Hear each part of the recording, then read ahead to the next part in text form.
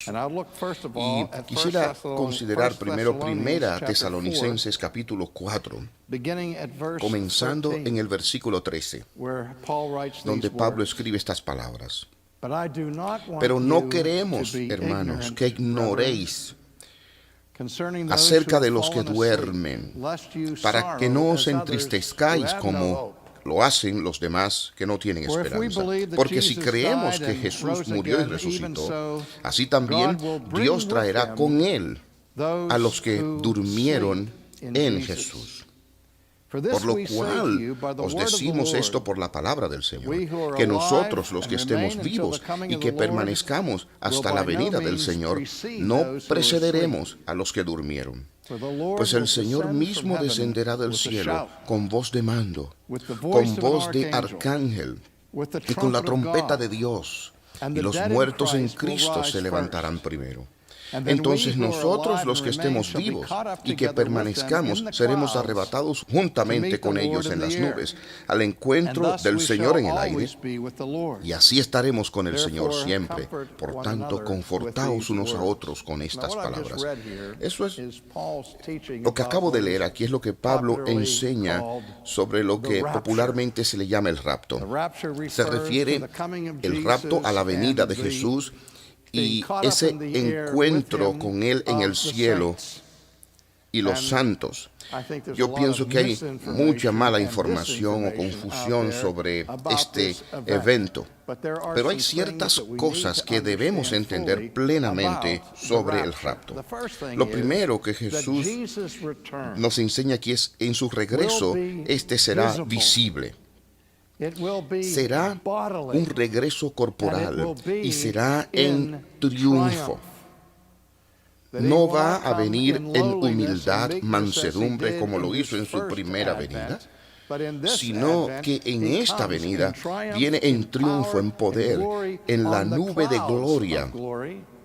Y su venida no será secreta, sino que será visible. Una vez más, si nosotros recordamos la última sección en el monte de la ascensión, cuando los ángeles hablaron a los discípulos, dijeron, el ángel dijo, hombres de Galilea, ¿por qué todavía siguen mirando al cielo? Este mismo Jesús que ha ascendido regresará de la misma manera. Así que nosotros esperamos un regreso visible, así como Él fue visible en la gloria Shekinah. Él regresará otra vez de manera visible en su nube de gloria. Y hay aquí una visión muy esparcida hoy en la iglesia sobre lo que Pablo habla aquí en Primera Tesalonicenses. Me refiero a la doctrina del rapto, en el cual la iglesia será levantada en el aire y allí de repente será sostenida durante 3 años y medio o 7 años durante el tiempo de la tribulación. Y entonces al final de ese periodo, Él regresará otra vez. Así que ustedes tienen 2 segundas venidas en ese punto. Y yo creo que ese es el resultado de una serie de malos entendidos de lo que Pablo realmente está describiendo aquí en Primera Tesalonicenses. He hablado con uno de los representantes que liderea esa escuela de pensamiento en nuestra cultura, en la iglesia hoy, que enseñan el rapto de la pretribulación. Y muchas personas están muy entusiasmadas con eso de que antes de que la iglesia sea sometida a persecución, una tribulación, la iglesia será evacuada en el tiempo del rapto para no estar en todo ese tiempo de aflicción y evitar el sufrimiento. Y cuando yo estaba hablando con ese líder, yo le dije, dime algo aquí. Yo no conozco un solo versículo en ningún lugar de la Biblia que enseñe de un rapto pretribulacional. ¿Pudieras tú decirme dónde encontrarlo? ¿Saben lo que me dijo? No, yo no puedo. Pero eso es lo que se me enseñó desde que yo era niño.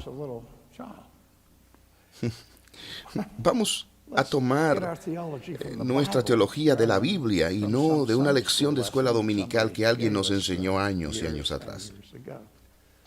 Bueno, si Pablo estuviera hablando de un rapto secreto aquí, sería el secreto peor guardado en la historia, porque aquí él está describiendo el descenso de Jesús con el sonido de una gran trompeta y toda esa nube de gloria y todos los muertos en Cristo levantándose y todo ojo le verá. A nosotros se nos ha dicho esto una y otra vez. Otra vez, ¿dónde está el secreto? Esto es claramente visible, tan público como cualquier evento pudiera ser. ¿Qué es lo que está sucediendo aquí con este lenguaje de un rapto? Vamos a considerarlo otra vez. Pues el Señor mismo descenderá del cielo con voz de mando, con voz de arcángel, y con la trompeta de Dios, y los muertos en Cristo se levantarán primero. Entonces nosotros, los que estemos vivos y que permanezcamos, seremos arrebatados juntamente con ellos en las nubes al encuentro del Señor en el aire, y así estaremos con Él siempre. Ese es el propósito del levantamiento de los muertos. El rapto en el cielo no es desaparecer, es encontrarse con Jesús en su regreso. No nos está sacando del mundo para que estemos fuera del mundo. Él nos está levantando para participar con Él en su regreso triunfal. Si alguna vez han estado en París, uno de los monumentos más importantes de la ciudad es el Arco del Triunfo. The Arc de Triomphe. Si han estado en Roma, van a ver el Arco de Tito y otros arcos como ese repartidos de aquí o allá, alrededor del cual en un tiempo estuvo el Imperio Romano. Y aquí está el significado de esto. Cuando la legión romana era despachada desde Roma a un país extranjero en una campaña militar, una campaña de conquista, ellos iban, según la costumbre del ejército romano, con las letras SPQR, Senatus Populusque Romanus, el Senado y el pueblo de Roma, diciendo así que se entendía en Roma que la victoria de los militares no era simplemente para los políticos que gobernaban la ciudad de Roma, sino que la conquista era para el deleite y beneficio de todos los ciudadanos de la ciudad. De manera que el ejército salía en una campaña de 2 o 3 años o cualquier tiempo que fuera, y entonces cuando el ejército regresaba, ellos traían los cautivos con ellos. Tenían una procesión de los cautivos que traían con ellos encadenados. Esa sería la entrada y un gran desfile, y los soldados estarían acampados dentro de 1 milla fuera de la ciudad de Roma. Y ellos enviaban un mensajero al Senado diciendo: el ejército ha regresado, tenemos nuestros cautivos, y en este momento, pues, debemos preparar a la ciudad para el regreso triunfal del ejército romano. ¿Qué es lo que ocurre en la ciudad? Ellos construían un gran arco a través del cual los héroes conquistadores pudieran marchar a través, regresando al centro de la ciudad.